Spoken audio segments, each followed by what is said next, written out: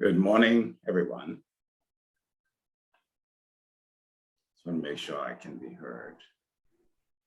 Good morning. Good morning. Good.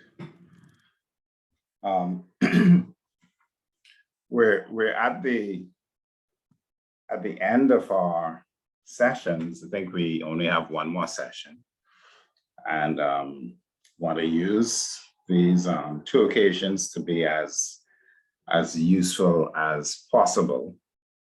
So one of the things I'm hoping to do today is we are going to touch on a little bit on the last two lessons. We have spent some time talking about ethics already, but we want to spend a little time doing that, and certainly about trends in the industry. But we want to spend these last two sessions sort of doing a kind of a composite of everything that we've been talking about so far, and highlighting some of the questions you may have, or some of the things that folks believe we should do another touch on. Most persons are here, so I was waiting for a good body of persons to be here, and I think we have those persons, so we can begin. So first thing, a little bit of housekeeping. There are a few of you who I must sort of rake over the coals for your assignments. You know who you are. If you've fallen behind on the assignments, please do them, hand them in late. I won't beat you up too much for them being late, but it's important that you do them. They're not just for a grade, it's for your edifice. So it's important that you go through those assignments. Those of you who are, one or two of you who have fallen behind on that for whatever the reason. Let's begin by talking about the quizzes, because I know we've had some questions and conversations around the quizzes. I think the very last question I saw was from someone, I think it might have been Blair. And so I'll start with that. And that particular question was to do with, there are a couple of things here actually.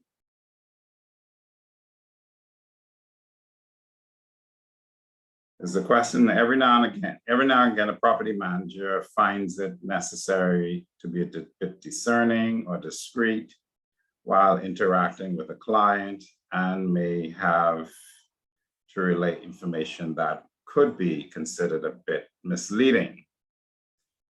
That is acceptable because a top-notch professional must know how to work around delicate situations.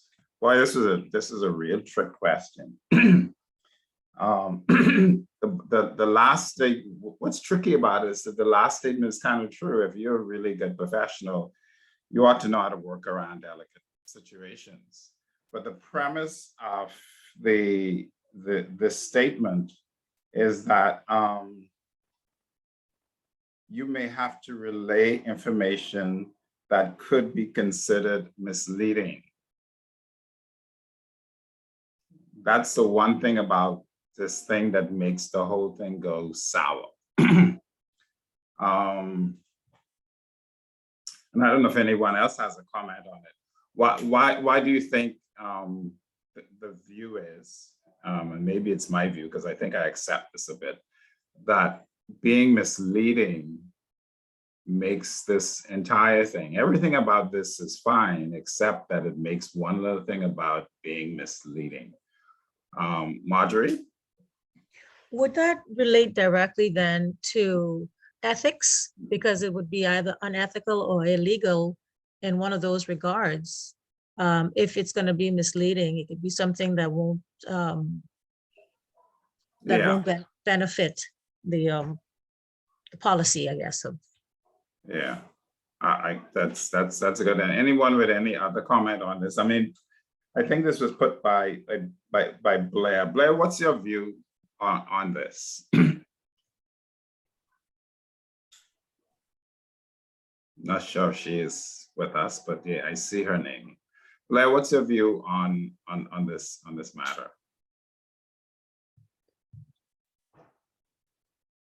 Yeah, come back to Blair because I'm not sure that Odessa. Okay, so when I read the question, I initially read it to mean that this is in relation to a specific client who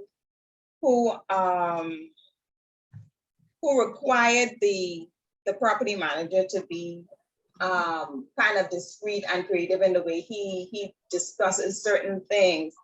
And so I got it wrong, but I think that it crosses the line, like Marjorie said about ethics and your standards, because it could look as though you're not a true honest person. And I think the honesty and trust is going to come into play, because even if a property owner say they required you to be a bit discreet with dealing with their business to other people, but then if you continue to play that role, at some point they may even begin to start looking at you as if, well, I don't know if I really can trust this person because they're such a good role player. You know, so it contributes to the ethics and the trust and the level of honesty. Like, this person may really only be doing what I want them to do just to keep my business, but there's no real deep level of integrity within them. So it crosses that line to some extent. That's what I thought. Okay, that's a very good point. Now, one of the things to think about here is really, and this is a bit of a philosophical conundrum. Is it possible to be discreet without being dishonest? Anybody? Not really. Not Not really, because you know exactly what you're saying and not saying. That is interesting, Odessa. You don't think it's possible to be discreet without being dishonest? Well, could you not? Half lie. But could you not, Anybody like, else? not say, hey, Odessa? Well, you could be, Could you you could not not say? say deliberately, knowing that you kind of misleading the person to think that you said, oh, no, he's not in that type of business, but you may be saying, oh, I don't think they, get involved in those type of things. They're upfront in their business, blah, blah, blah, or, and you really kind of putting it out there, but not putting it out there and hoping that they choose to believe that, okay, the person isn't in that sort of business or something like that. So you know exactly what you're trying. But yeah, but that sounds more specific though, Odessa. If you're telling them that they're not in that kind of business, then that's misleading. But I if say it's not really, not really okay. in that kind of business. but not really kind of opens the door. So Exactly. how about omission altogether? Like, just not mention Yeah. it. Blatant, no, then that's definitely a lie. Omission, don't say it. Just Yeah. omission. Like, if they want to, infer something, I don't think your lack of an answer to someone's inference makes you unethical. It just means that you didn't answer the question. You Now know they when they ask say you, no answer is an answer? no. I'm saying that. That's what I'm saying. So this is interesting, because here we're talking about no answer as a form of an answer, which is kind of okay in most situations, but in some cases, no answer, the person may claim that they thought that you answered, but no answer is a form of ignoring the issue. Might be a way around it, but sometimes people don't allow you to ignore the issue. I mean, to me, one way that no one has mentioned is simply being able to say, that's not something I can talk about. Yeah. I'm not- That's always a good answer. Yeah. I'm not in a position to address that. Right. I like that answer. Yeah. That instead of the blatant avoidance. Yeah. Yeah, I like that. I mean, no one can tell you or force you to be in a position to speak to something. Right. Yeah. You know? And you're being Yeah. honest. You're being honest if you say you can't speak to it. I think Yeah, that's, I can't speak to that. I'm not in the position to address that question. That's a question for somebody else. right. Those types of answers are a way to the kind of, because Odessa brought up a good point. It is very difficult to be discreet without being dishonest, although it is quite possible to be discreet without being dishonest. I think so. And sometimes we give people too much information. And that's a talent that we have to hone up as well. The ability to give person the information or information without giving them information that they should not have. That's discretion in a way. Mm. Or not giving people information they shouldn't have. For instance, if somebody asks you, what is the name? Let's keep with this trend we're talking about. What's the name of the owner of the property? And you say, Mr. So-and-so, then that's an okay answer. Or if the person doesn't want their name revealed, you can say, to be honest, because they know the name. Or you can say what I just said, I'm not at liberty to give out that information. Or you can say, if the person didn't say, don't give out my name, you can say, it's Mr. So-and-so. But then you don't go ahead and start saying, it's Mr. So-and-so who's a billionaire and he owns this company, he lives this place, and start, just shelling out a whole bunch of information about Mr. So-and-so. You can just give the name. Someone just asks you for a name, give the name and stop. A lot of us get into problems with this issue of discretion because we don't know when to put on brakes when we start giving information. When someone asks you X, give them X and stop. And do not feel encumbered to butter them up with all sorts of other information that they didn't really ask you. Stop. Let them pry everything out of you. That's a way of being discreet. This is an interesting area of professionalism. It really is. And I would tell you, at the end of the day, you have to hone your skills here, because there are lots of times when, especially with relationship building, that we feel that to build a relationship, we have to open up. But relationships are built on trust. And it is important that for someone to trust you, that they believe that you know how to be closed at times. You know how to keep things close to yourself. And if you're going to be open and open and open and open and open, you might foster a kind of wonderful relationship with a person, but with your boss or whatever, but they may start to be, boy, this person is a faucet. And they're going to do this with everybody they meet. Odessa? Yeah, on that same point, I was thinking about persons who like to name drop. Like they like to be associated with certain individuals and certain names and people who walk in those circles, they don't necessarily like the fact that you're about the place just throwing their names around. So that is another way that people will not appreciate, will see you as a person without integrity, and someone that's just gonna spread their business and someone that's just looking to be a part of a certain sector of society, and they will probably not do business with those type people, because that name dropping thing could be very annoying. Like, I don't need to know you work for this, that, and that person. I just need to know that you're gonna handle my business with the best integrity and the highest level of service. Yeah. I mean, in reality, for instance, in this country, there are some high net worth people, celebrities, people who really, really well-known figures in the world, who come to who's been coming to Bahamas for decades and stay here in their homes for significant periods of time. And nobody knows that they ever come here. That's how they want it.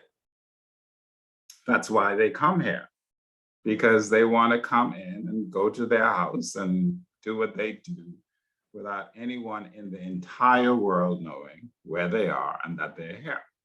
And some people have successfully done that. I'm telling you, for 20, 30 years, they've been coming to the Bahamas every year, sometimes 2 and 3 times a year because they have a home here, and nobody knows that they do. So that's the kind of life some people want to live.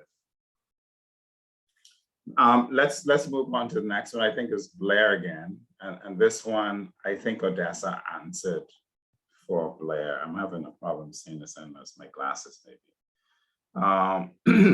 Now, again, this is a bit of a tricky, the wording was a bit tricky. It is not acceptable. Operative word, not. It's unacceptable for one property manager to have a different code of ethics from other property managers. And I think Blair's comment was that, you know, there's an association and there's a code of ethics and so forth and so on, because of course, the answer to this was that it was false. There's nothing wrong with having a different code of ethics from somebody else. And I'm going to start off the conversation and ask you for your input on this by saying this. A code of ethics is a standard.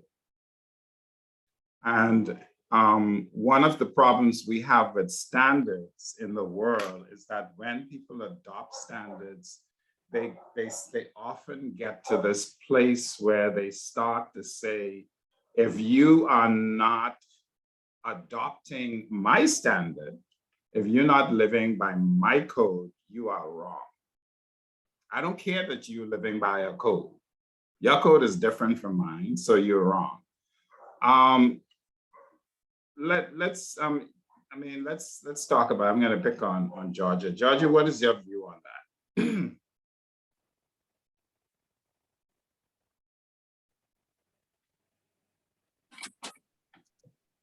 Good morning, everyone. Morning. I don't believe that everyone, I think we could, should have been able to tell and negotiate also to view each other's code of ethics. Because what I might deem as a code may not be what you want. So everyone could have a different agreement. Okay. And that's an important point. It is unlikely and even not sensible that everyone is going to have exactly the same code of ethics. In fact, I would bring it down to say this. A single property manager may adapt their code of ethics, and because code of ethics and professional conduct, let me say the whole thing, may adapt their code of ethics and professional conduct from client to client, and even for a particular client from situation to situation. Now, any views on that? Sharon says that they agree. It's true. Standards and codes and whatever other words you want to use here often have to adjust to circumstances. And if you get so fenced in and tied in by standards that you don't recognize that in a particular setting, in a particular circumstances, you have to make some adaptation, you can sometimes end up on the wrong side of things. Odessa. Yeah, I was also thinking, like you said, you can adapt to the situation and to the particular job or property that you're doing, as long as you do not compromise your principal basic standards of honesty, trust. Right. As long as you're compromising, and because some things are negotiable, and other things are not. So your standard of being honest and doing the job properly and trustworthy should never be compromised, as long as you're only compromising on, say, okay, they want their hedges trimmed weekly versus I normally do it based on my code of standard. I do it monthly, but if this customer wants it, you know, it's a simple example, but you know, it's like you can adjust certain things, but not the core for principals. Yeah, and the opposite of what you just said is true as well. If your standard is that you do, your standard is that you will not operate unless you do a weekly inspection. And you're working for someone who says, look, I don't want an inspection done no more than every 2 months, no more frequently than every 2 months. I don't want one in my place any more frequently than any 2 months. And you say to them, look, I do weekly, and this is, I don't care if you do weekly, that's what I want. That's not a deal breaker. That's something that you can adapt, because at the bottom of the line, you're still doing the inspections. I used earlier today a more stock example that I think some of us can appreciate, which is this. There's a standard rule, law, precept in humanity that says thou shalt not kill. But if someone's sitting on top of your chest, choking you to death with the intent to kill you, and you have a gun under the pillow, and this, you wake up in the night, someone's sitting on your chest, trying to kill you, and you have a gun under your pillow, I don't know if you're gonna say, if you should say, or could say, or make sense to say, that the standard is thou shalt not kill, so I'm gonna lay and let this person kill me, although I can get out of this. That's a situation or circumstances where you probably need to pull that gun out and shoot them in the head. So I have a question. Is this where the example that you just raised, is this where like situational ethics comes in? Situational ethics is one word that's used for it. Because there are situations where you have to adapt your ethics.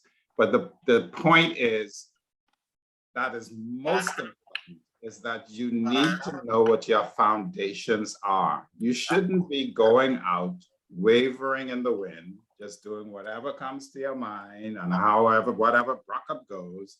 You should have a set of standards you're operating with. If you have to deviate or adapt or adopt something, it's gonna be because you chose to, not because you don't know what the devil you're doing, but because you recognize that, hey, this is a situation where it is best or better or more meaningful or more beneficial to make an adaptation for the situation. Now, I'm not going to adapt for every situation, but this particular one requires an adaptation to what I normally set as a standard. Situational ethics. So we all good with that, Marjorie? Yeah, so that's basically, I guess, again, when you're saying about being able to adapt in that situation, it's pretty much experience. So, because that's not like something that you're being taught, you're learning this as you go along with each client, right? When we say situational, because you're not going to That's be. right. That's right. And I'm going to go to the bottom line. You cannot adapt or adopt or be flexible or whatever with something that doesn't exist. And that's the key. Okay. You have to have baselines and standards, and you have to have a position. If you're ever going to make a deviation or whatever, it must be from a position, and you must be sure and clear in your mind why in this particular circumstances you are moving away from your position. And you must also be clear that once you move away from your position, you know how to go back to it. That you're deliberately moving away from your position for whatever the reason, but you know what your position is. And you have no problem with moving away from it because you acknowledge that you need to do that for this particular circumstances.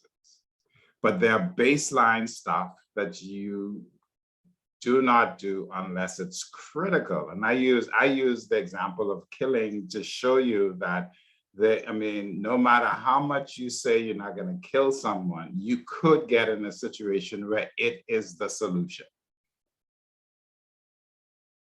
Now, you may even be in that situation and decide, and it's fine to say, look, I'm going to let this person kill me because there's no way I'm going to kill somebody.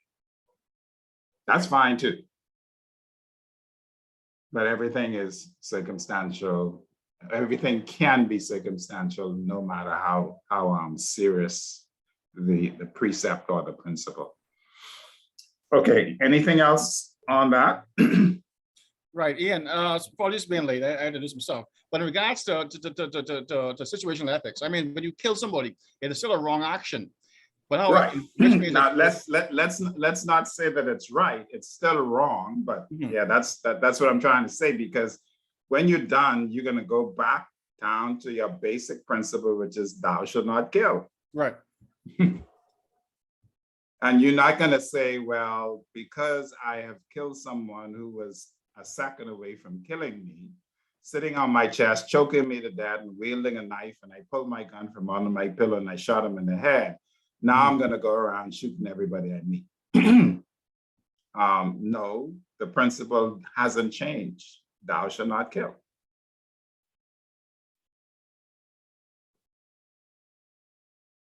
Okay.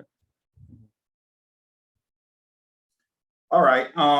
Kevin is here, and Kevin, you had raised some points related to stuff about that I'd like to visit as well before we move on.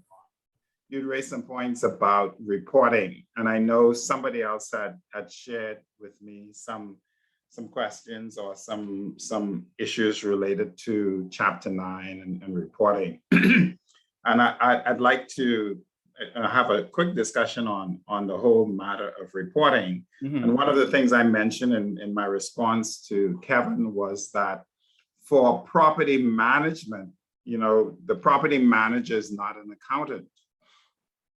Not usually. They can be, obviously, because someone like Kevin is an accountant, and I think we have other persons who are strong accounting skills, obviously. But that's what not Chapter 9 is not about accounting, it's about reporting, which is right. The two words mean the same thing, but it's not about accounting as the profession, it's about providing reports. And when you think about property management, then you think about what are the kind of things that I want to tell someone who has an interest in this property? What would they want to know? And those are the kind of things that you flesh out in a management agreement, or if you are professional, you kind of figure out, you know what, if I'm managing 10 properties for this person and they're all over the globe or they're all over the Caribbean or wherever they are, this person may have an interest in an inventory report, especially if it's commercial properties. An inventory report meaning these are a list of all the things that you own at this particular date. You have this machine here, this air conditioning unit, this boat, this whatever, and at this particular time, their value is X. That's an inventory report. What do you have? And the quantity of what you have. What is it? What is the quantity? What is the quality of it? So what shape it is in? And a part of what the quality of it is, what is it worth? And some other things might be like, look, you may have to replace this within a year. So an aging report. The warranty on this is up already. We need to put a service level agreement on it. Those type of things the property manager may want to have as a part of their arsenal of reporting, but this is not a standard accounting report that you required in a corporate setting to provide to a board of directors or to shareholders, for sure. So Kevin, you had any other comments? Yeah, because like when we look at, and that's what probably agreed with me, in our minds, when we think financial reporting, we think, income statement, balance sheet, statement of equity, and just the four basics, But Yeah, yeah. but property management, I guess we have to expand our scope of thinking and incorporate the receivables report. Probably give the owner the trial balance. I mean, just expand it and say, listen, it'll include A, B, C, and D. All of these other things Yeah. which the owner would need in order to be appraised of the condition and the performance of their property. And you have to use your intuition and intelligence. Again, we're talking about situations according to the property, according to the operations, according to the owner. You can use your intuition, your experience, your intelligence to figure out what type of reports they may want. And of course, there's also relationship and conversation where you literally can sit and say, what do you want to know about the operations? Right. You may have an owner says, look, I don't like figures. I don't want to see them things. It's confused me and it's give me headache. I just want you to tell me that everything's okay. So they want a paragraph that says, look, as at the end of so-and-so, all operations going according to plan. There've been this problem and that problem or no problems and da and full stop. They don't want to see no bunch of money and this balance off with that. And some people are like that. And there are other persons who want to see every single detail. They want to see every transaction. So you may have to provide them with something like a journal or general ledger or something like that, because they don't want to see a synopsis of transactions. They want to see every transaction. And it goes on and on. Right, I agree. And I know I had some clients who want to see all the nuts and bolts and how the cake is made as opposed to just the cake itself. So, it depends. Some people,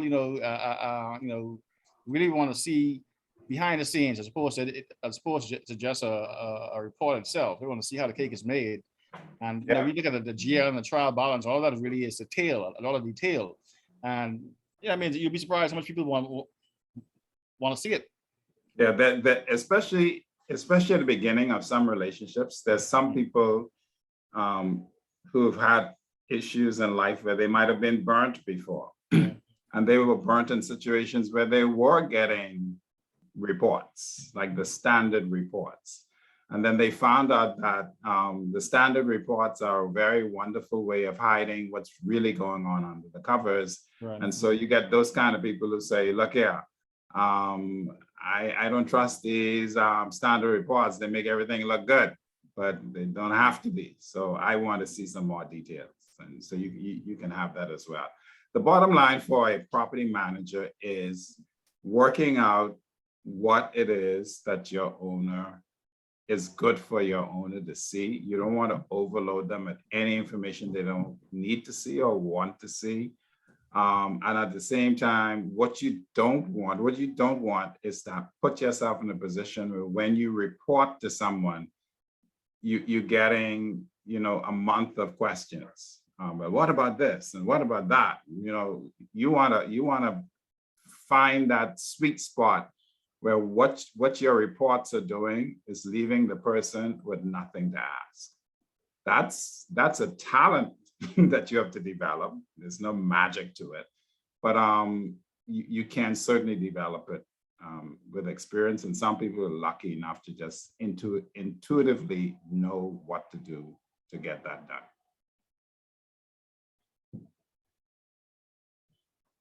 Okay, so any more questions about these crazy quizzes, or can we move on? Morning. Morning, Cleophas. Hey, I think I would have sent you a picture.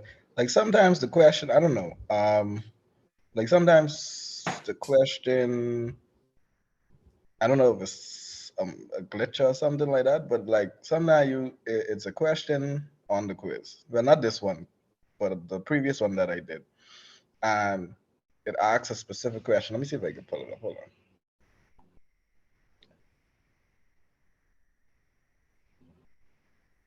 It basically asks a question. It's like true or false. And then I read the book, and the book gives me the answer, and it says true. When I press true, it tells me it's incorrect. And does the answer, does the reason why it's correct match the book, or does it Okay. give you? Let me read this one off. It says, having a self-evaluation system is not important to a property manager building and delivering quantifying and satisfying services. True or false? That's false. I put false. It says correct answer, true. And then the feedback says a well thought out self-evaluation system is key to a property manager's success.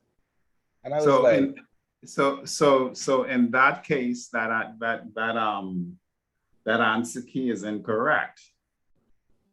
yeah, If it's telling you that, I mean, that's one of the things that I expect my students to point out, because sometimes that I believe that's one of the quiz I did while I traveled.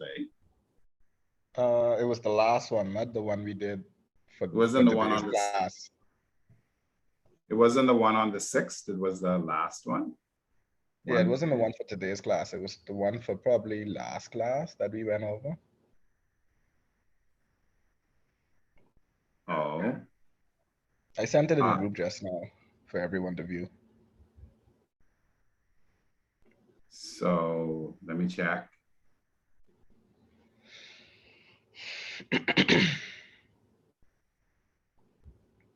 You sent it in the class stream or in the WhatsApp group? In WhatsApp. Okay. Let me have a look at it quickly.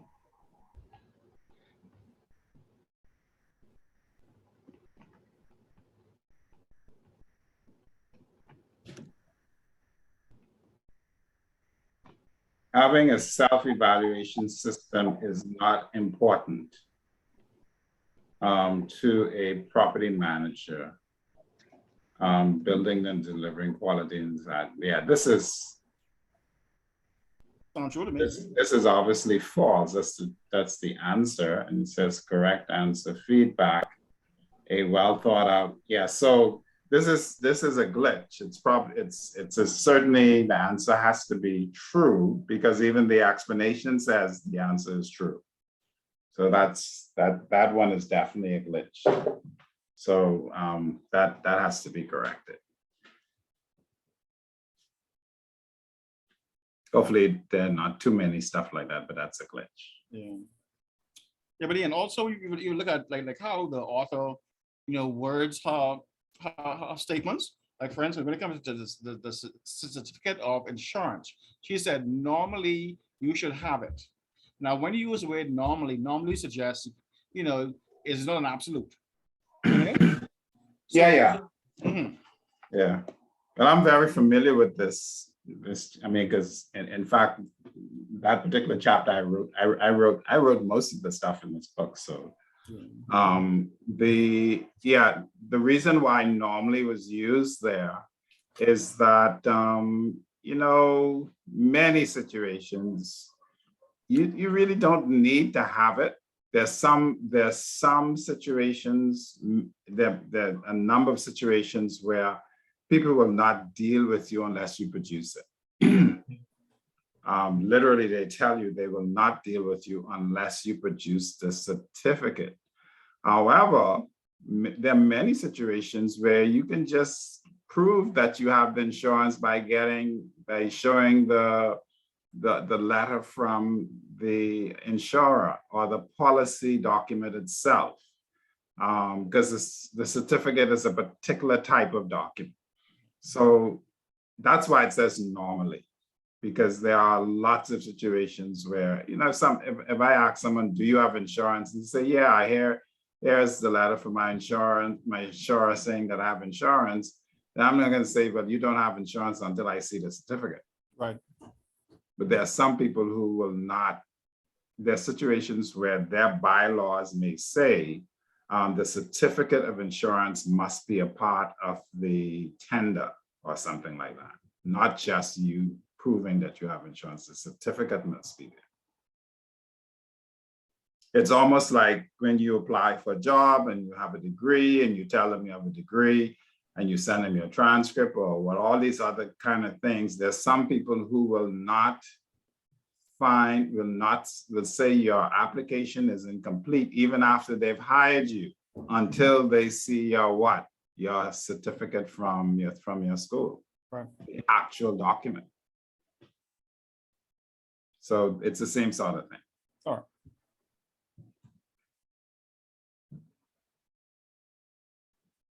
Okay, anything else?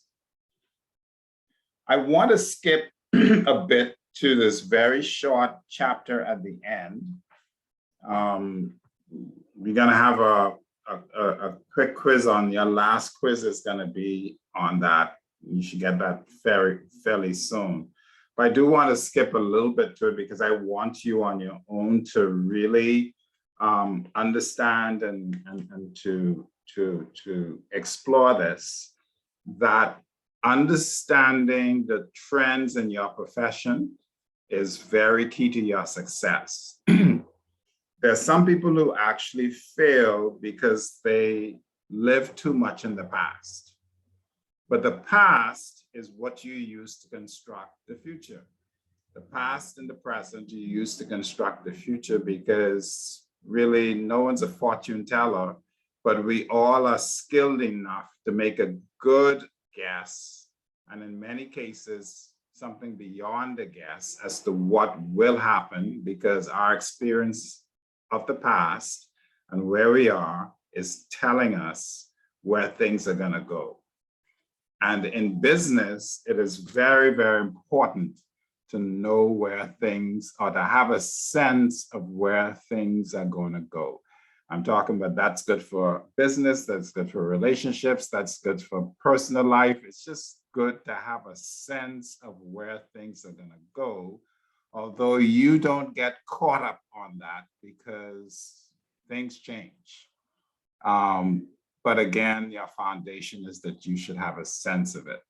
And lesson 12 talks about trend, thinking of trends and trend analysis, forecasting, and so forth and so on. There are some people who actually do whole graduate degrees and postgraduate degrees in trend analysis and forecasting and these sorts of areas. Don't expect anyone in this group to go that far, but I do think that you should understand that that should be a part of your skill set. Thinking about, how do I make an analysis of what is going to happen? What's going to happen with rent prices? What's going to happen with the cost of construction? What's going to happen with any factor that I use in my operations as a professional? Okay, so any views on, I'm not sure how many of you read this chapter, but any views on forecasting?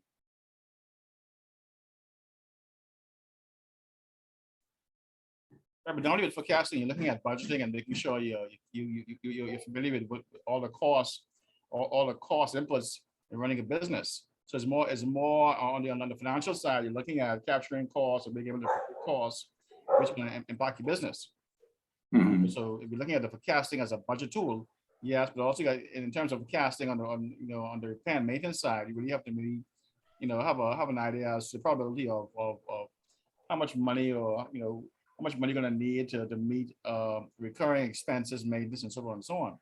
So it's like trying to have a crystal ball and saying what the probability of what can happen. It's like a risk analysis approach to business, and ensuring that you have the necessary funding to cover potential risks, no surprises. Okay. Now, for instance, in my case, I'm a certified contingency manager, and so contingency planning, or some people call it continuity planning, is something that I've spent quite a lot of time interfacing with. And I will tell you, as a professional, it is something you need to think about. And what is that actually? What is continuity planning or contingency planning? And why do you, as a property manager, need to have your brain a little understanding this area. Let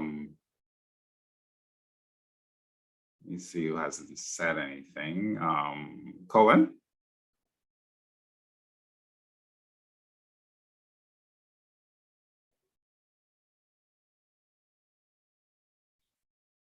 Cohen, you're on mute if you're talking. I'm not sure that you are.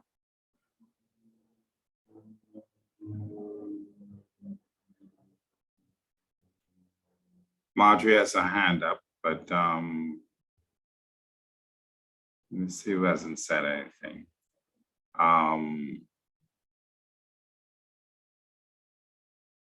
Before Marjorie gets to speak. Crystal has put something in the chat. Yeah. Mention measurements for pricing. Wow, yeah, Crystal's question is something that I'm hoping to, in the weeks that we have a review, I want to actually set up one session during that week. During those weeks, when you are studying for your final, where we actually talk about costing and pricing and determining value. And I want to have a week on that because there are lots of questions around this. Like some people want to know, how do I determine how much I'm going to charge for a service? Crystal's question here is how are we going to determine the cost of 2 bedrooms? And we're going to talk about this a little bit because this is what trend analysis helps us with. So we can talk about this a little bit today. But I certainly want to just have like a costing conversation for about half an hour to an hour one of the weeks that we have after we end. So I was trying to pick on Cohen, but he's either asleep or he's only here in name only. So Marjorie, I'm back to you with my question. Oh, I was basically with the trend analysis, what you were asking, why would it be important? Well, not trend analysis, but I was particularly talking to an aspect of why something you would use trend analysis for, which is continuity planning or contingency planning, it's called sometimes. I prefer saying contingency planning, but business continuity planning or programming. Right. Well, I guess just looking at it, except for what's happening here in the textbook, but just commonsensically, it's to make sure that you stay on top of the demand from the clients, as well as to stay on top of your business viability, to make sure that you are aware of you're preparing yourself for what's going to happen. Like Kevin said, we don't have a crystal ball, but at least if you're preparing for it in a way that follows the trends, this would help your business to stay on top and be competitive. That's one of the ways I see that. Hello? Hi, Blair. I mean, I don't know if this may be the same thing, but I thought like contingency planning was like a person planning for an outcome that's not like usual. Like you're planning in case something happens. Yes. What will you do if this happens like that? I don't know if that makes sense. Yeah, that's what it is. And in fact, there in the corporate world, I know certainly in the financial services arena, there's a requirement for you, for instance, if you're going to be a licensee as a financial services institution, there's a requirement that you send to the regulator your business continuity plan. What is that? You have to have a plan for how your business can continue to operate no matter what the interruption. So if your current goes off how are you going to continue to provide services to your clients? You have to tell the regulator that. If there is a sick out and all your staff don't come to work one day, how are you going to continue business? We are in the hurricane zone. So if a hurricane comes this way or is coming this way, what are your plans for how you prepare to ensure that it does not cause you to go out of business after it passes? These are key things. What are your plans for if you make a substantial loss, operational loss in terms of monetary operational loss? Will that cost you to go out of business? So continuity is about what are all the things that can happen to threaten the life of my business, because your business has a life? And how do I mitigate, or how do I plan to recover should I encounter these types of things? What is my plan? And in the financial services industry, for instance, I know you cannot get a license unless you can tell how would I react or recover from these things. And last thing before I go back to Crystal, I'll give you an example why something like this is important. When you had 9/11, you had in the World Trade Center hundreds of businesses. Only few of them continued to be businesses after 9/11. For instance, there would have been very, very successful businesses in the World Trade Center that lost all their staff, all of their records, all of their equipment, lost everything, and could not go on afterwards. But in that same building, you had other businesses that lost everything in the building, but had a plan for going on, even if they did. And those are the few businesses in the World Trade Center that continued to exist despite that drastic event happening to the business in the place. Okay, so Crystal, sorry. Good morning, everyone. I hope this doesn't go off, but when we talk about contingency plan with, like you said, 9/11, as well as hurricanes and pandemic, you have a lot of persons, well, everything is basically that of a service industry, but what would you consider to be one of the take home or one of the most important aspects to look at? And I know it all depends on what type of service or what type of product or service you're providing, but especially going through the course of this pandemic, at the beginning, everything was closed. But then how does a business still keep itself afloat? Yeah, how does it still continue and keep itself afloat, knowing that no matter what, month by month, you still have expenses? So besides there being an account where you can ensure that there are funds allocated for a particular length of time, besides that, what else would you recommend for a business to do? Because honestly, during the course of this whole pandemic, it was scary. It was scary. We even had a lot of businesses that opened up because of the pandemic, thinking outside of the box, but not everyone is like that. And you have the pandemic actually caused a lot of people to go out of business, and they have not recovered, and they will not recover. I'll give you a real life sample and we'll discuss here, because it's a very important question, especially for you as professionals.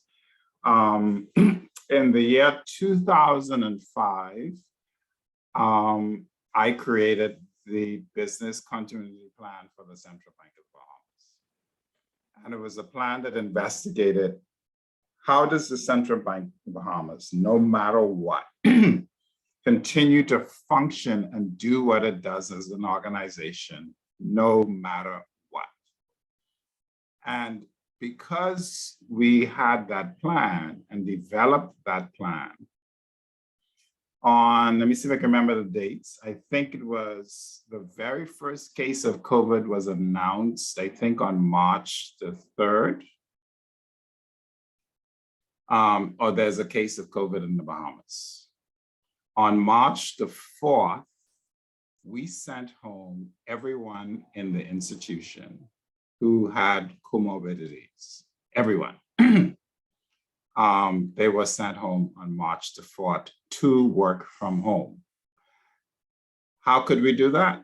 Because we, as a part of our plan, says, what if people could, we only have one building, there's only one central bank.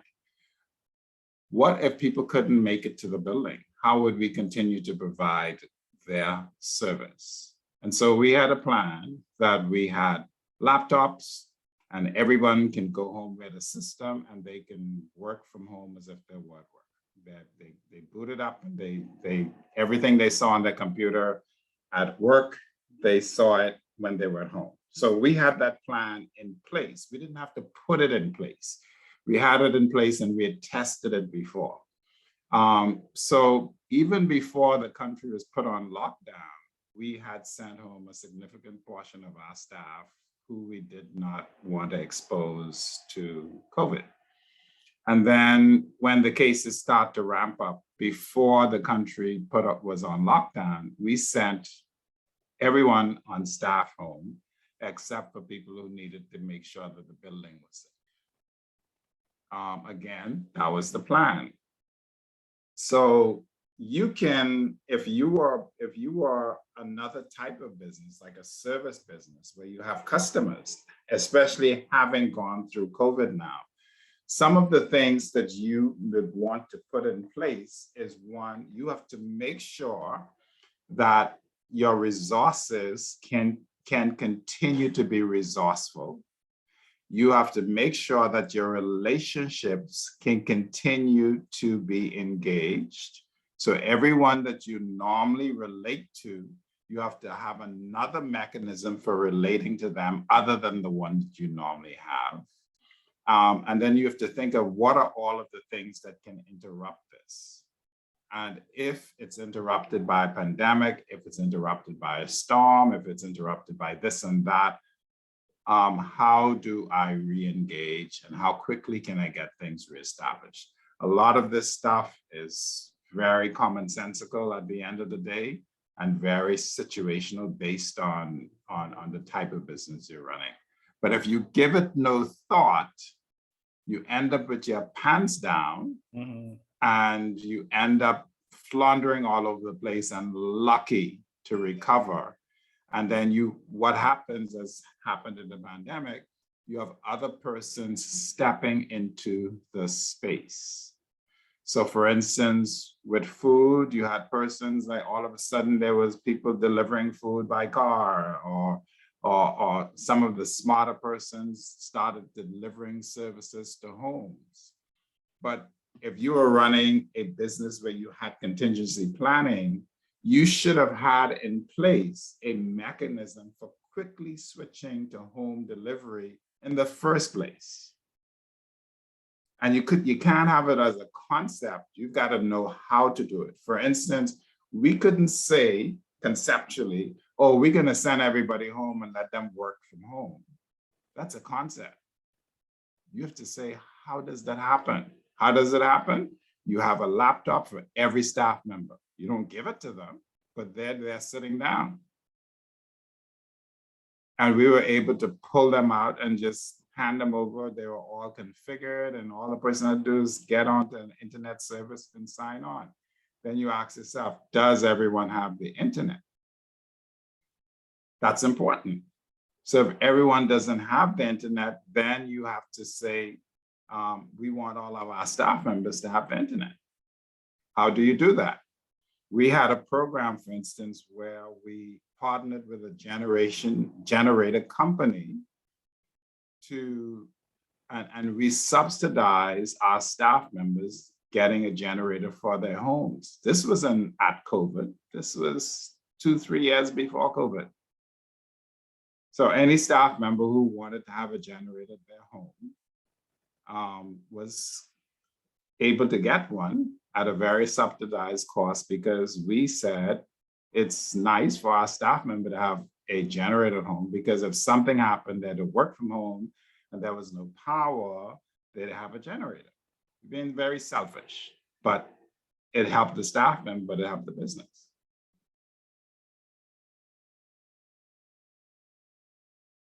Mhm. Kevin? I mean, I agree, because like you really have to really think out the box and put in place the mechanism, but it also has to be bought in by staff. I know at NIB we had persons who supposed to take their laptop homes, but they said, man, they come into work because when they're home they can't really work. So I mean, it has to be a really buy-in process. I mean, just talking about contingencies being a buy-in process. I'm being forced on people, as opposed to them having the luxury of saying, listen, okay, I don't want to do that. I want to do what I'm used to. Because a lot of property managers, profession, I think they're used to a certain thing, but when a certain thing goes on the window, being able to adapt is pretty hard, I would think. Oh yeah, yeah. You're not going to be successful with these sorts of things without giving it really concerted effort and thought. Being reactionary is the last thing you want to do for a lot of these types of things. You really want to think about it ahead of time and have a thought process.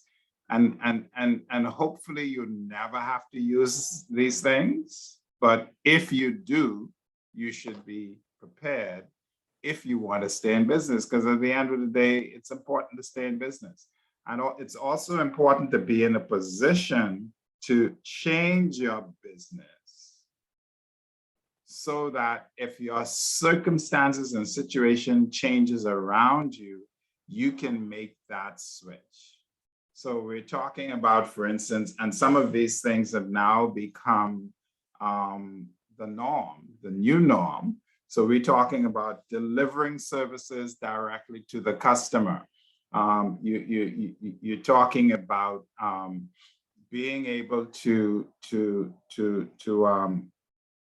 stay in contact with the customer and have them pay for services in ways that are different from the way that they traditionally pay. These things are now becoming quite normal for you to do. You also talk about making arrangements for insurance to cover things like downtime. There's some people today who have started doing that because they do offer insurance that, hey, if something happens and your business has to go under for 6 months, we will cover you. So now you have some people actually paying that kind of insurance, and these are all kinds of stuff that you can do. Odessa, I think you're trying to say something. Okay, as it relates to that question too, there, that Crystal did bring up, insurance was one of the first things that came to my mind as well, because I know that there have been people that have, let's say, you are a contractor that works with your hands, you may insure your hand so that in the event something happens, whether you lose your hand, it can be insured, or whether you have to be out of work because you damaged your hand and you have to be out of work for a certain length of time, you have insurance that actually pays you because you would have kept up with that insurance, and it takes you over until your hand is better, or if you lose that hand, there's some clauses in the insurance, of course, I don't know the details, but you can be compensated as if it was like a life insurance thing. So, and then it's also important to have a great relationship with your bankers, because at the end of the day, I remember with my bank, they offered a mortgage I forget the word, subsidy, I think it was, where you can actually get a 3-month break once COVID had started, and whether or not you needed it, you were qualified to get it. So you actually did not have to pay your mortgage for 3 months without any penalties, without having to pay interest for 3 months, and it carried you over as a homeowner. So it allowed you to catch up on some other things if you didn't need it. and you didn't have to increase your mortgage, but I think it did increase maybe a couple dollars, very minimal. But having the relationship with your bank can also help carry you over as an individual business, so that in a downtime, of course, nobody could have predicted 2 years of COVID, but at least there are some mechanisms in place that can assist. Okay, yeah, thank you for that.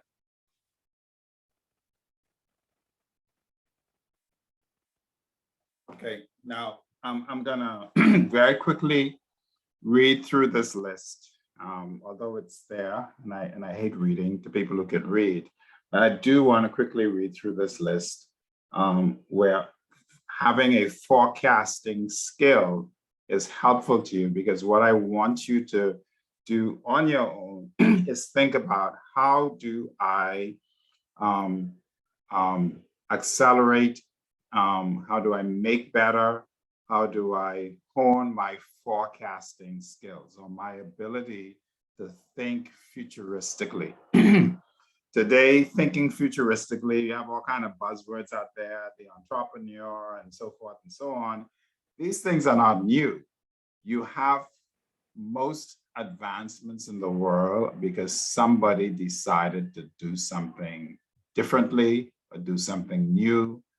We call it out of the box, whatever you call it, but it really means that somebody is using what they see, what they find, what used to be, and saying, let me do something a little different. In fact, I always say that's what creation is. Creation is the ability to take what you have, take what you find, take what is there, and somehow make something else out of it. When you get stuck into a place where everything has to be well designed and well put together for you and has to exist already and so forth and so on, you sometimes lose out on the ability to be creative and to put yourself ahead of the curve. Another part of creativity is understanding the value of failure, or not exactly starting off getting it right, because that happens a lot. You have to appreciate that every time you don't get it right, it's because it's a mechanism for teaching you how to get it right. Some people, the first time they run into a challenge, they throw up their hands and they break off running and they head in another direction. A lot of times when you're challenged in trying to get something done, it's because you're being directed to overcome the challenge or to go around the challenge. Sometimes it's not even about overcoming it. It's about you progressing in a different direction, understanding what the challenge has taught you. So in terms of me talking through the list that is here, so on page 158 for those of you who have the book, the list is this. Forecasting skills are important because it allows you to support business opportunities and development. Business opportunities and development. If you want to see what can be done with your business, you might be having a spectacular business, but one mechanism for seeing the opportunities that are in your business is to understand where things could be, not where they are. A lot of us get stuck with where things are because things are good, things are great. So it's like, I don't want to break this up, I don't want to mess this up. But a lot of times we're losing great opportunities because we are so satisfied with how things are and not understanding that there might be an opportunity to actually make it better. And some great things can actually become greater by actually being broken up and being reborn as something else. Change management and change preparation. Now, change management is an area of expertise that if you have the time, all of you, find out what is change management. And in short, change management is what it says it is. It is the management of change. A lot of us do not know how to manage or work through change. Change is, some people say change is inevitable. That's not always true. Some things stay the same for people all the time. So it's not always true that change is inevitable. But I tell you that being able to manage change is an incredible skill. Being able to manage change is something that you want to be, you want to take on as a property manager, because things change. And I find that a lot of people are derailed in their professionalism and in their business because they don't have a skill in managing change. And it is a skill and it is a process, and there are all sorts of theories and knowledge out there about how you go about managing change. We already talked about contingency planning. Decision making is another one of them. Many of us don't realize that to make good decisions really mean, again, sort of sitting down and getting as much information as possible before you decide. I like to say it this way: the thing that makes you different from almost every other creature on earth is that you've been blessed with the ability to choose. What is important about that ability is that, one, you understand that you have it. Two, you understand that it is always your right to choose, always. You should always choose, because that is your gift, the ability to choose. But you should know how to choose, and you should know what your choices are. Remember those last two things. You should know what your choices are, and you should know how to choose, the process that you're going to use to make the choice.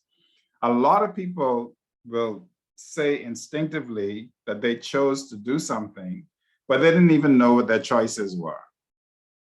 If you didn't know what your choices were, you've not really chosen. And if you didn't have a good process for making a choice, then you might not have even chosen even then. So one of the things about decision making is understanding the whole choice factory thing. This thing that, one, you should be choosing. If you're doing something and you did it and didn't make a choice, then you might not be doing the right thing. You should be choosing. You should know what your choices are. You have a right to choose, and you should know how to choose. And that's a lot, in my opinion, to do with decision making. You should have the factors around you to make a decision. Some people are making a lot of their decisions without having all of the cards on the table.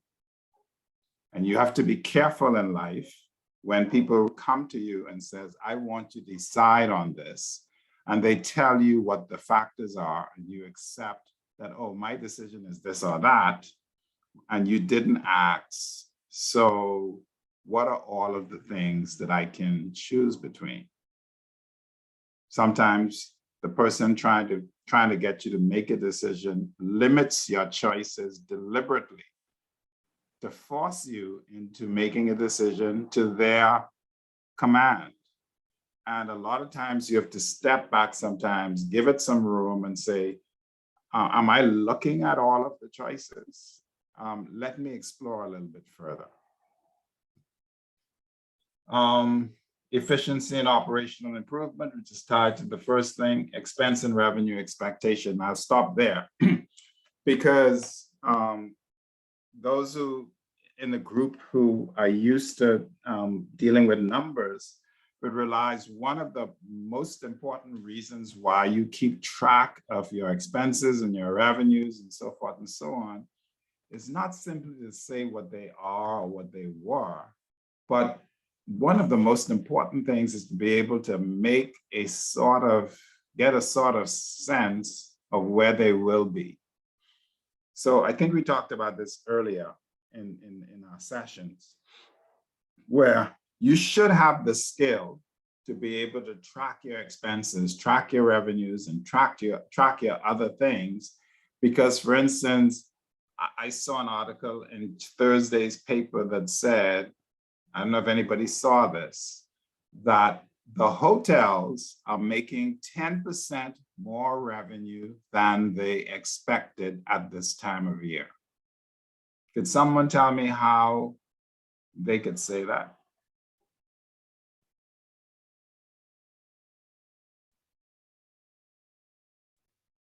Tamo, how do you think you can see an article on the front page of the papers that says hotels are making 10% more money at this time of the year than is expected?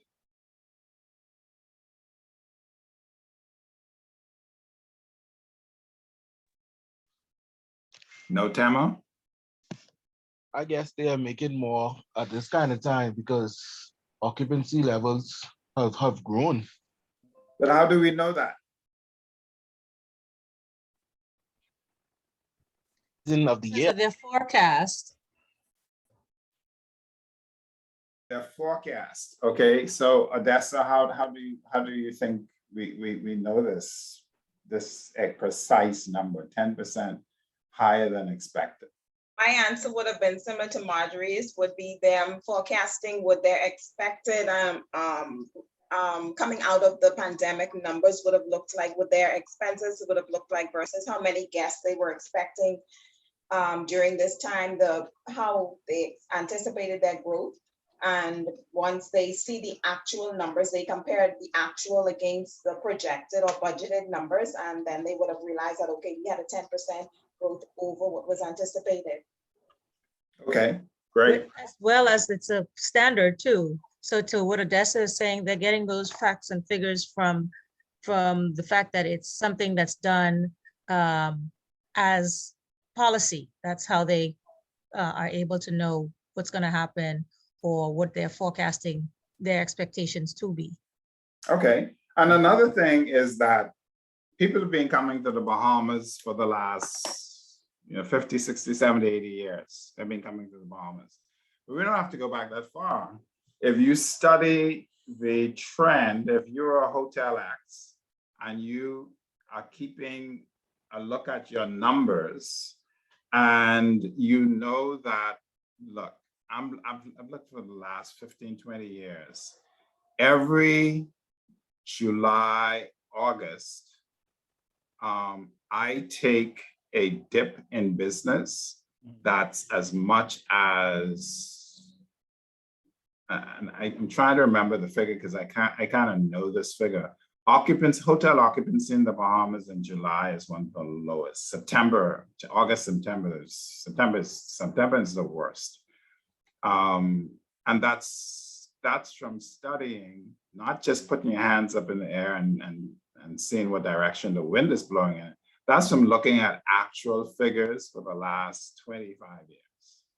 That once you get into July, August, September, visitor arrivals dip like crazy. In some cases down to 15% from top. So you get a trickle of persons coming to the Bahamas in those periods. So a hotel will normally based on its past experience, will know that at the most I'm gonna get, 20% of my hotel occupied during this particular period because that's what has been happening.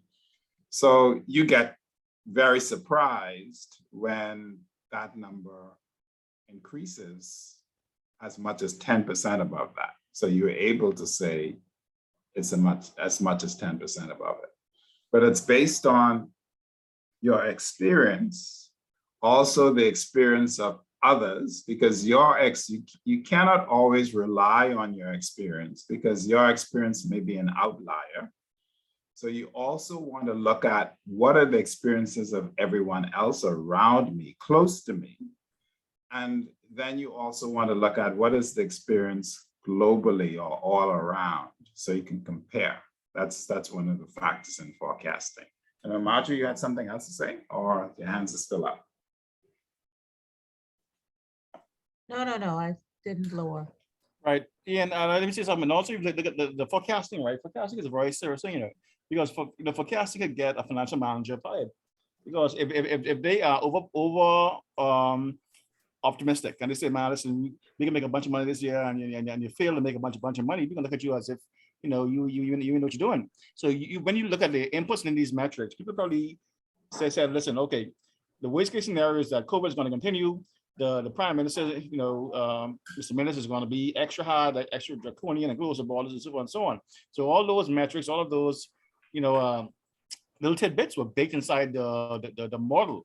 You see. So now when you have the model being turned upside down because government change, new policies in terms of travel and new restrictions, all of that came to our benefit, because now you have more people coming, being able to travel, and you have the lifting of the restrictions and so forth and so on. So from my experience, most of these forecasts are very, very conservative.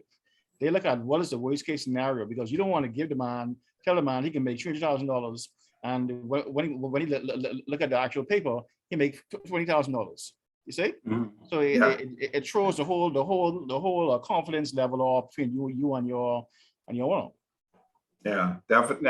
And Kevin raises an important point, and that forecasters tend, and it depends to who they're working for, they tend to be conservative. And there's a reason for that, because once people get forecasts are things that set expectations. And a huge element of disappointment is when expectations are not met. So forecasters tend to say, well, if I think this is going to grow by 12%, I'm actually going to be conservative and say, something may go wrong and it's going to be 10%. So I'm going to give 10% as my figure, not 12%. What some forecasters do, because here we're talking about the honesty thing, what some forecasters do is say, there's a spread of expectations. I think it's going to be between 9 and 13%. So they know the figure is probably 12. Conservatively, it's 10, but they give you a spread of between 9 and 13. So it's a bit all over the place, but it captures your overall expectations. Now, if you want to get optimistic and go to 13, good. And if you want to be conservative or pessimistic and go to 9, then fine. So sometimes that's done. Very important thing, this thing about knowing if you're running a business, when your peaks of operations are, when your lulls are, because it helps you to do operational planning. So for instance, if you're operating the Bahamas and you don't know, for instance, that you can't get people in construction to work in December and most of January, then you will have a rude awakening if you're scheduling a major maintenance project for December. These are things you need to know. People in construction in the Bahamas don't really do much work in December and January. And if you're gonna try to incentivize, if you have an emergency or something that you must do in December and January, it means that you probably won't get it done. And if you are going to get it done, you have to find somebody special to do it, or you're probably gonna have to pay someone through the teeth to get them incentivized enough to work in December and January, because people in construction don't normally do that in the Bahamas. That's from knowing your environment and being able to predict what you want. But the opposite side of that is to predict when is it best to get certain services, because if the market for services is down at a particular time of the year, that's probably when you want to go and get that service, because the persons in that particular service industry, you may be able to get them being more eager and more willing to do it at more reasonable prices because they don't get that much business at that time of year. Okay, the other stuff that I hear is about, we mentioned financial planning, but loss and failure prevention, which is again tied to contingency planning. But it is an important part of operational management to be thinking about, a lot of us think about how do I make money, but not a lot of people are thinking about how do I prevent myself from losses and from things going wrong. That actually takes thought, to be thinking about how do I reduce my expenses? How do I prevent, if I'm running a service and I have certain resources, how do I prevent myself from losing those resources? And one of the ways that you have to start with this is thinking, what are my resources? What am I depending on to make my business work? That if I lose them, it will have an impact on me. And some people don't even have a list of that. You need to have a list of those things. So for instance, if you're running a service and you have a staff member who is just picking up stuff and delivering the stuff for you, that's a service, that's a resource. What happens if you lose that person? And not just the service the person is providing, but some people do things in a particular way that even if you get somebody else to do it, you're not going to get the same service. So you have to ask yourself, what happens if I lose so-and-so? And the next question is, what are the things that I need to do to, one, take care of a loss like that, two, to make sure that I don't have that loss, or to try and prevent the loss prevention. Loss prevention should be a great tactic of yours as a professional. How do I prevent losing? Not only how do I engineer winning, but how do I prevent losing stuff? How do I prevent losing clients, losing service quality? How do I not lose? How do things not degrade? Price setting, which we said we're going to have a special session on. Performance measurement, which again is a key thing. You need forecasting because every professional should have a system for saying, how well am I doing? Any comments on what you think is the most effective way to figure out how well you're doing?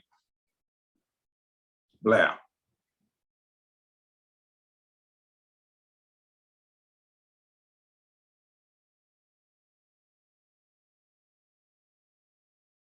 I hope I'm still on the call. Yes, you are. Okay. That's even. I keep calling names and no one's answering. Cleophas.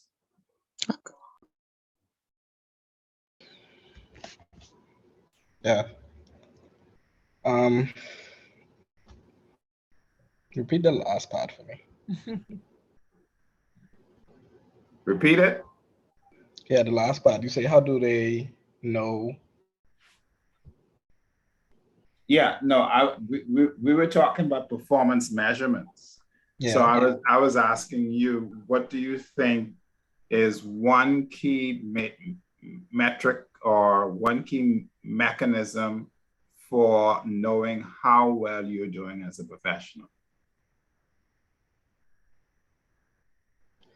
This is what, like financially or just performance based as like your service?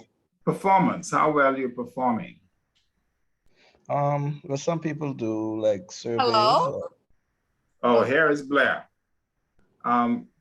Sorry, I don't know what's going on with my laptop. You said how well do Cleophas will come back to you. determine if it's All right. doing well? Yeah, how as a professional, what do you think is a key factor for helping you determine how well you are performing?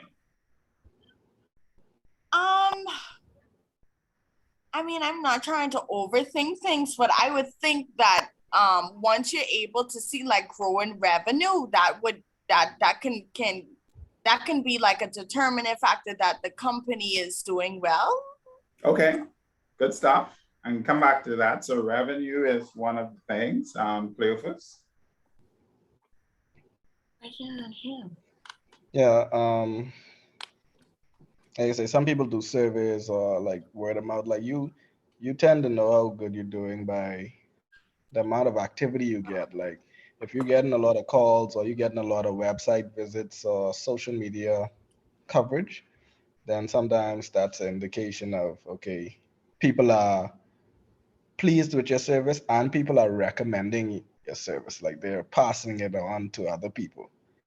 Okay, so you can measure the buzz. If there's an increase in buzz about your business, then you can. And there's so we have revenue, we have buzz. Anybody else? I mean, sometimes on those websites, they give you a report as to how many people visit your website, and they say, well, this is one of activity on it. So that's on a tech point of view. Also with LinkedIn, I mean, you can see how many people look at your page or like your page and so on and so on. So on the tech side, there are monitoring tools. Yeah. Beyond the actual physical side where you're word of mouth and you hear your name in the marketplace, Mhm. So yeah, so we have what we call quantitative analysis tools, automated quantitative analysis tools.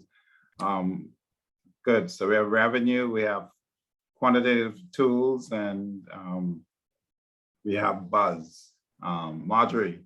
Yeah, and then you can look at, getting back to our forecasting, you can look year over year to see how the company has done over the last couple of years based on your projections and your actuals. And you're able to say, okay, here we are compared to where we started and how we're moving forward. I would think that would be a good deterrent, good determinant of how you're doing. Okay. Yeah. So yeah, so we have a couple suggestions there, but certainly there's something that you can think about. Where as a professional, you need to come up with mechanisms for how you measure how well you're performing. And some of the traditional measurements, in my opinion, are not always enough. It's not always enough to say, oh, I'm making more money this year, because you may be making more money because everybody else in the Bahamas is making more money. They say a rising tide floats all boats. So if the economy is growing by 5%, just to give you an example, which in some circles means that everybody is going to be making more money. The fact that you're making more money may not be a measure of performance, your performance. It may just mean that you're actually in an environment where everybody's making more money. You may want then to be able to measure what is your performance against everybody else's performance. So if economic growth is 5% and you've only grown 1%, you might be sitting there patting yourself on the back, oh, I had some growth this year, but economic growth was 5%. You should probably be asking a question, why did I not grow by 5%? And if economic growth is 5%, which means pretty much everybody grew by 5%, you may want to wait to pat yourself on the back only when you have grown by 10%. He says, everybody else is 5, but I'm 10. So all of that is important. Blair? I'm going to take my answer back too, because now that you're saying that, I was thinking, while a company may experience economic growth or growing revenue, the expenses could be growing as well. So that doesn't necessarily mean, that the company, But don't take your good answer back. That was a good answer. Don't take it back. Pardon? I said, don't take your good answer back. It was a good answer. Oh, okay, sorry. Yeah, I mean, I'm happy that you're adding to it, because what you're saying adds to it, but it's a good answer at its core. All right, so in the few minutes that we have left, let's have a look at something that's here that I thought was interesting, I think is interesting. It's called purpose calibrating. I'm gonna pick on somebody else again. Tam, I don't know if you're here now, but I called on you earlier, didn't hear anything. What do you think we mean by purpose calibrating within the context of being able to forecast? Purpose calibrating.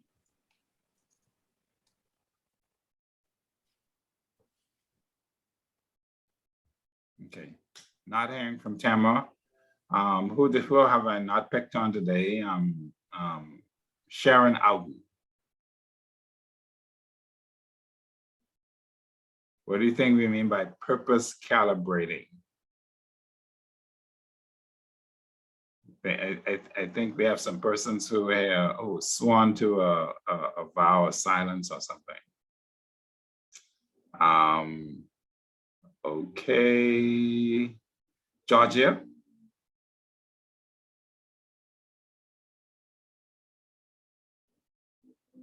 Georgia.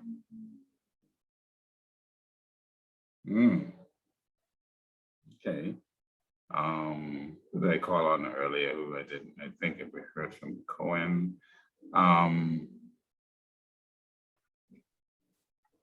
Odessa. Purpose calibrating. Purpose calibrating. I did not read up on that. No, but use your. I'm trying. I'm thinking now. This is one of the things about being a professional, right? Most concepts use English words, and when you just really just let your native intelligence kick in, it will tell, those English words actually tell you what they're talking about. Purpose calibrating. Okay, so you said when we don't know a word, we look it up. Yeah. So you don't know what calibrating is? I'm trying, you know a word, but you don't really know a word in deep. So let me see. I just think it's just being intentional about your predictions and setting up your business to succeed. So you kind of, I'm assuming it's really being purposeful in forecasting, purposeful in setting out your goals. It's purposeful in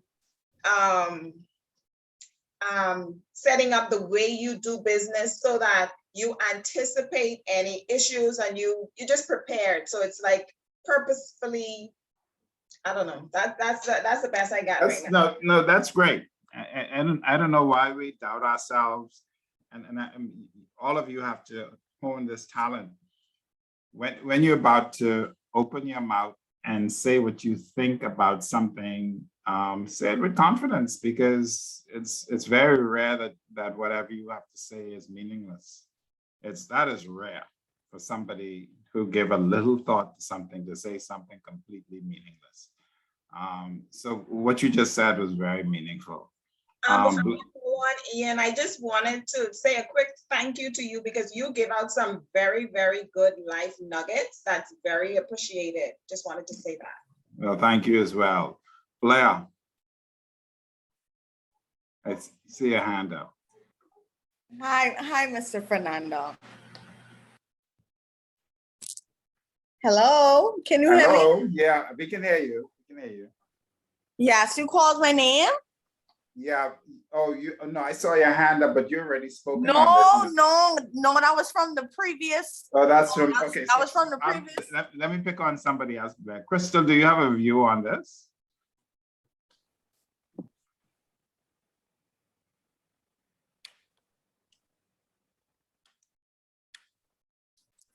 Purpose calibrating. I don't know.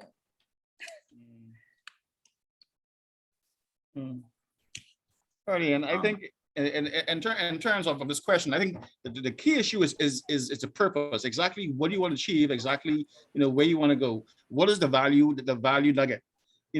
So you have to really see. Most people have this idea of just using boilerplates, or you're just using a one size fits all or one report for everything metrics. Whereas you really have to define your purpose and see exactly how you're going to calibrate the boilerplate, the report to fit the means. So you can't just have boilerplates or just one-dimensional reports. It's like us going online and Googling a report and saying, yeah, this report fits my business. You got to really calibrate, change it, amend it to fit your personal needs. Exactly. Yeah. Yeah. So I mean, and of course, purpose calibrating starts with the important thing is having a purpose.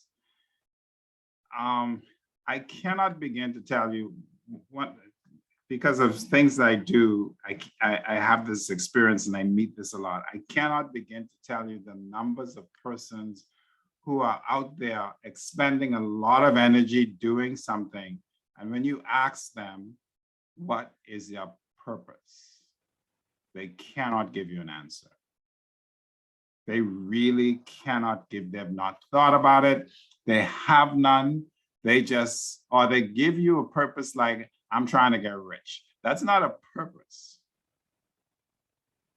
And anyone on this call, in this group today, who doesn't know the meaning of purpose, please find out what it means and make sure that you have purposes for the things that you're putting a lot of energy into. If you're putting a lot of energy into anything, there should be a purpose. What's the purpose?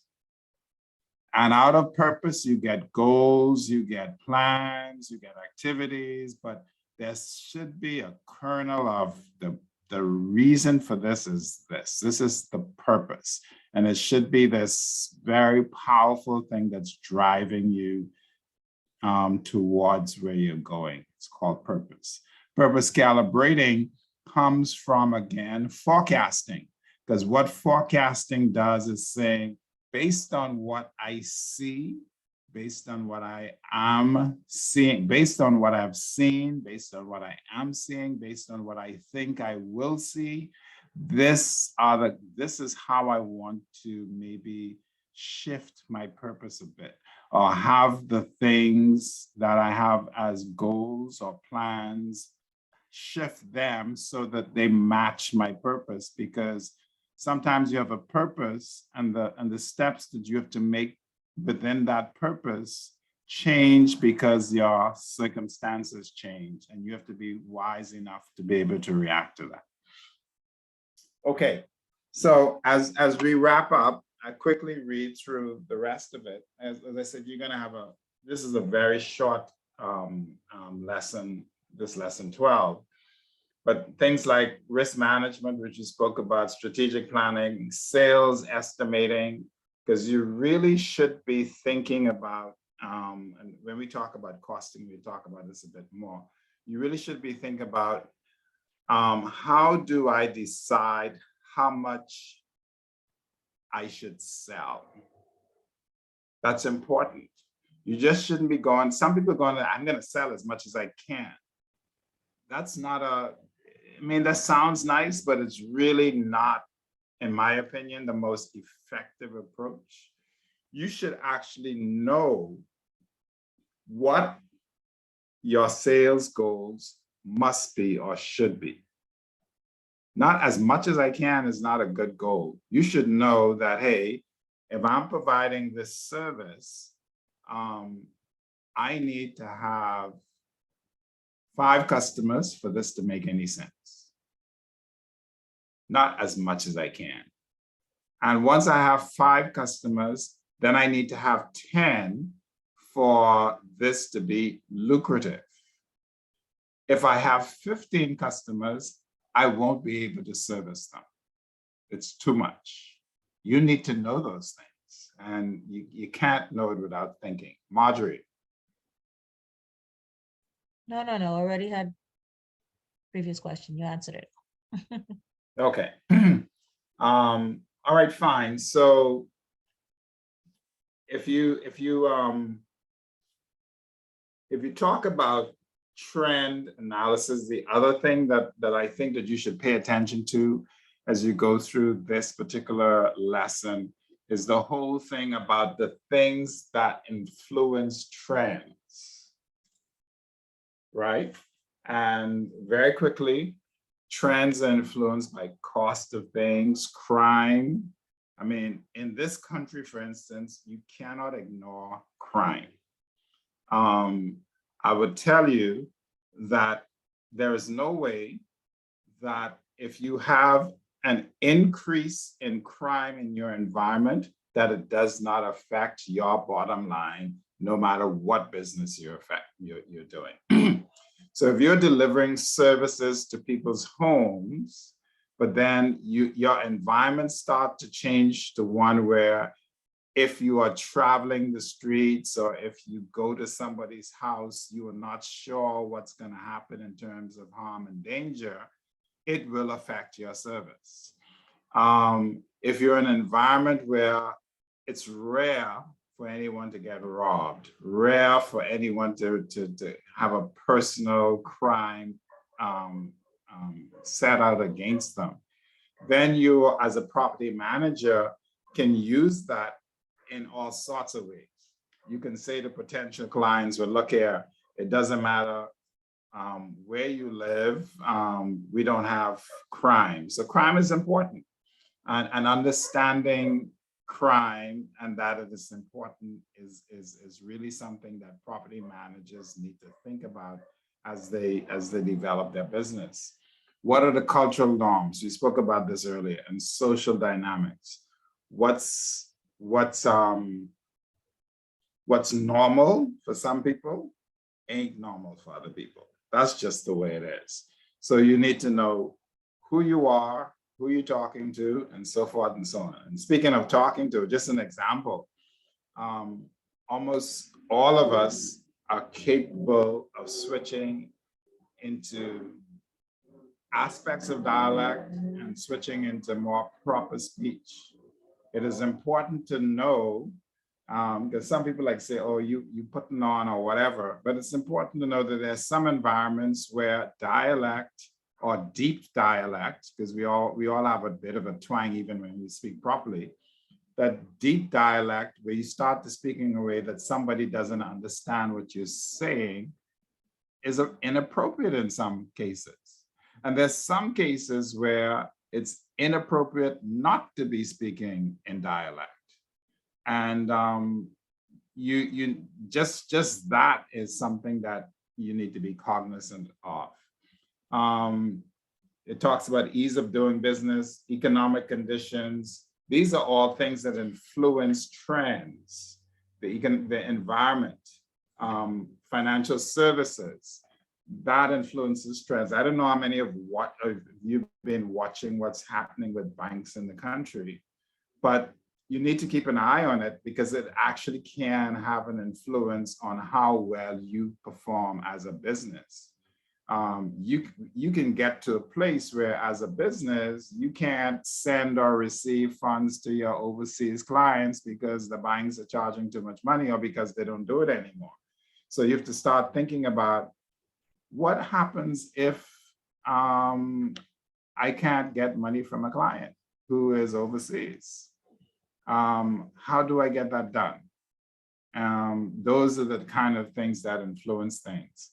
Government processing.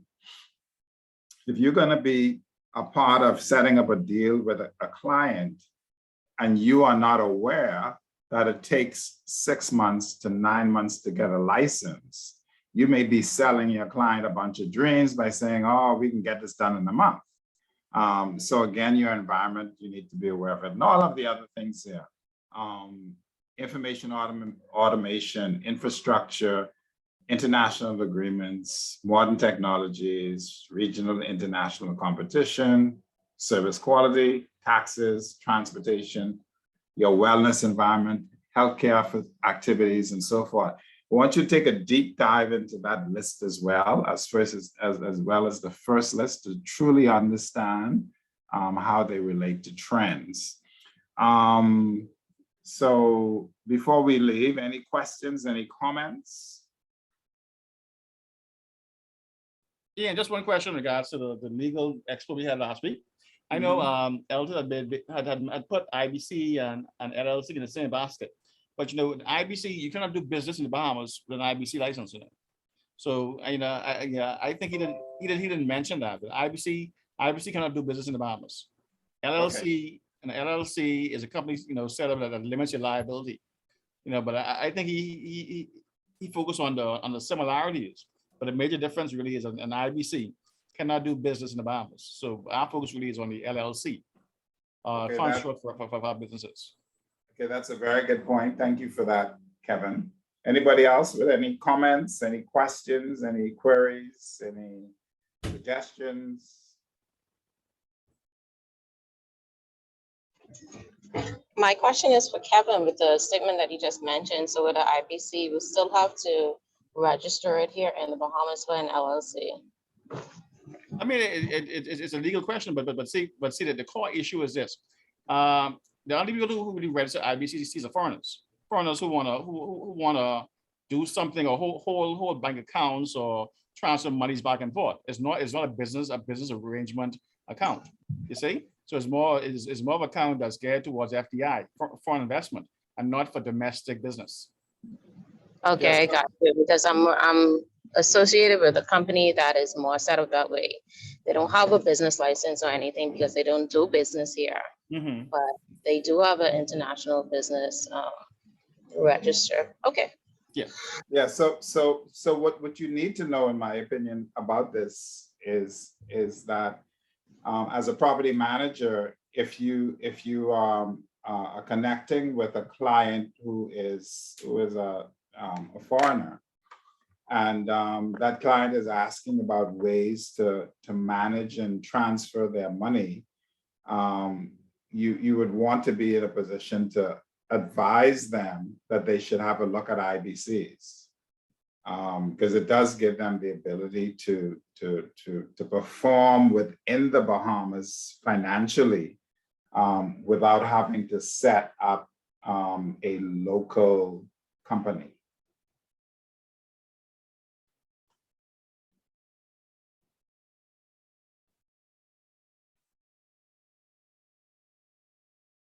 Okay. And another question, and then I mentioned about the professional liability insurance. I know the author had made mention that you need to make sure you have that. You have an idea how much it costs, for that kind of insurance, the cover for, like, when just the tenant will want to sue you from head to tail. Well, you asking me if I have an idea of how much professional liability the cost of that insurance is? Exactly. I wanted to do some research in it, but if you I'm going to write this down. Oops. I'm going to write this down because again, this is one of those things that I do have the resources that I can probably get somebody during our study period to spend half an hour with us from the insurance field and talk about this. But the cost of insurance, of professional indemnity insurance is really dependent on how much insurance you're getting. For instance, depends on what you're doing. I know that sometimes the amount of insurance that you're required to get is tied to the amount of the business. So it's like $1 million, 200,000, it depends. There's some insurance companies that have a minimum that they actually insure you for at a minimum cost. But I know in instances where people get professional liability insurance for $500. What is the amount of it? What is the nature of the coverage and so forth is another issue. I'm going to try to get someone that I know who is deep in the insurance business to spend about half an hour with us and talk us a bit through some of these insurance things over our 4-week study period. probably do that. I think Odessa was trying to say something. Odessa, sorry. And that's fine. I just wanted to add, Kevin, just for a little, because I had a little exposure with that, and like Ian said, it depends on the coverage that you're looking for and how much required to have even by regulatory authorities. But I know, for instance, in an offshore bank, I've seen that we paid 200 and something thousand dollars USD. And it had to have been insured through an international company, through our local broker, I guess. But we paid over 200 and something thousand dollars per year for professional liability coverage. Charlene, And I don't see you operating something as intense as a property management business without having professional liability insurance. I tell you why, because there are many persons who by their own bylaws cannot do business with a professional who does not have professional liability insurance. Certainly in my former life, it was a requirement if you were dealing with anyone who's providing a certain level of services, especially as professional services, you couldn't engage them if they didn't have the insurance. Now, what many professionals do, just for your edifice, is that they have the clients pay for the insurance. You know, you don't tell them that. So if you are about to engage in the consultancy with client X, and you know full well that you ought to have professional liability insurance, you factor that cost into the contract. So that, you know, it's not something coming out of your pocket. They pay for your professional liability insurance that you have to get to have to be doing business with them. So you can always do that. Okay, so thank you for, I hope I've covered everything. Let me make sure that I looked at everything in the chat. Okay, I think I did. So let me turn back on my camera for a bit. So I'd like to thank everyone for their time today. And I think we had a good discussion. I would say that the stuff in this last lesson, lesson 12, is really kind of touches on things that you need to get deeply set in and spend more time doing some research and look up and see what's best for you to have a connection with. So please do that as you go through that chapter. Make sure you understand the basic concepts, but also make sure that you dive deeper into some things. Your last quiz will come from this this lesson, and I hope I can get that to you shortly. Last reminder, everyone who has to catch up with any assignments or anything like that, please do so hurriedly. You're running out of time. So I certainly won't be looking at any assignments after next week, Saturday.